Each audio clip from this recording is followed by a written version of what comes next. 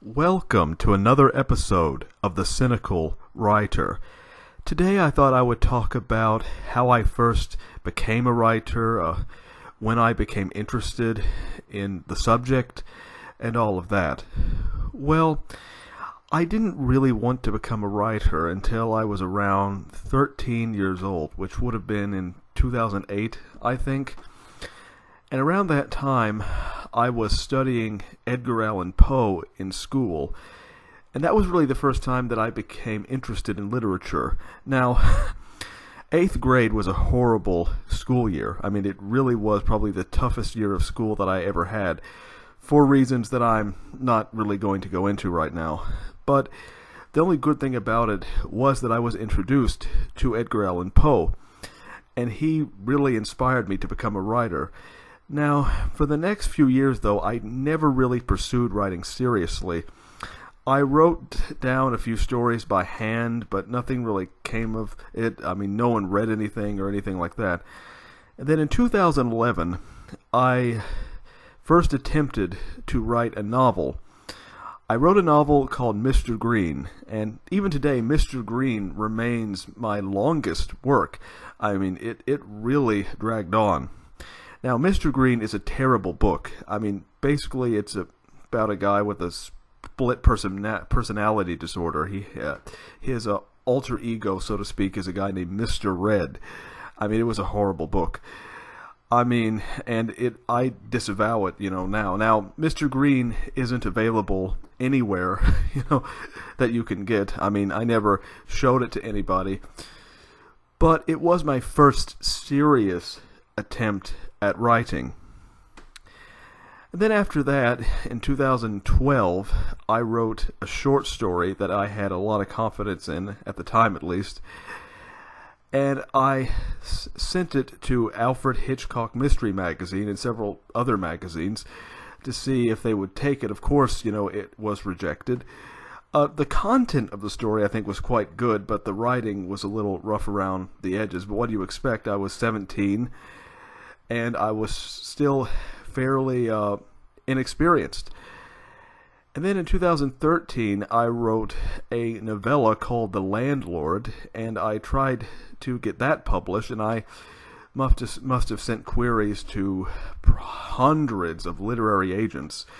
But of course that didn't turn out. And then finally, I self-published it on Kindle, and it's still available, but I would not recommend that you read it. The Landlord is still very amateurish. The writing is very amateurish, and I also disavow some of the moral messages in the book. Honestly, I don't know why I don't remove it from Amazon, but it's still there. And then in between 2014 and 2017, I basically wrote nothing but short stories.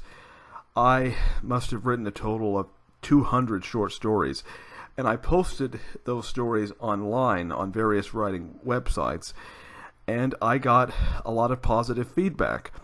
And I do think that writing short stories is a good way for authors to really home in on their craft and to develop it in a very substantial ways. And so I think those years truly did help me. And then in 2017, I decided to stop writing short stories and try again at writing a longer work, either a novel or a novella. And in 2017, I wrote The Rains of Godwin Valley. And then in 2018, I wrote another novella titled Empty Sounds of the Wind. And then in 2019, I wrote a book titled Symphony of Perdition. And it takes me on average around a year to write just a single novella. Again, because I painstakingly go over every word within my manuscripts. I am very meticulous about that sort of thing. Therefore, it takes me a long time to write. Now, that wasn't always the case. When I first started writing short stories, I could write some of them within an hour. I mean, there was a time where I was writing 3 to 4 short stories a week. Now, I don't do that anymore.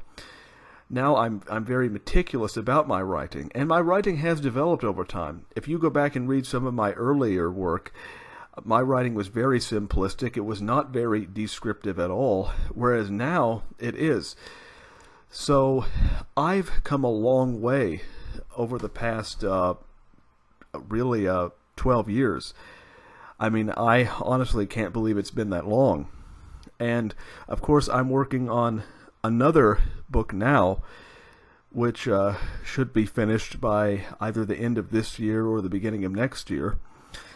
So I just thought I would give you a brief summary of my writing journey. Next week, I will return with a different topic, and you can purchase some of my work on Amazon, and I've left some links in the description section. And until next time, goodbye.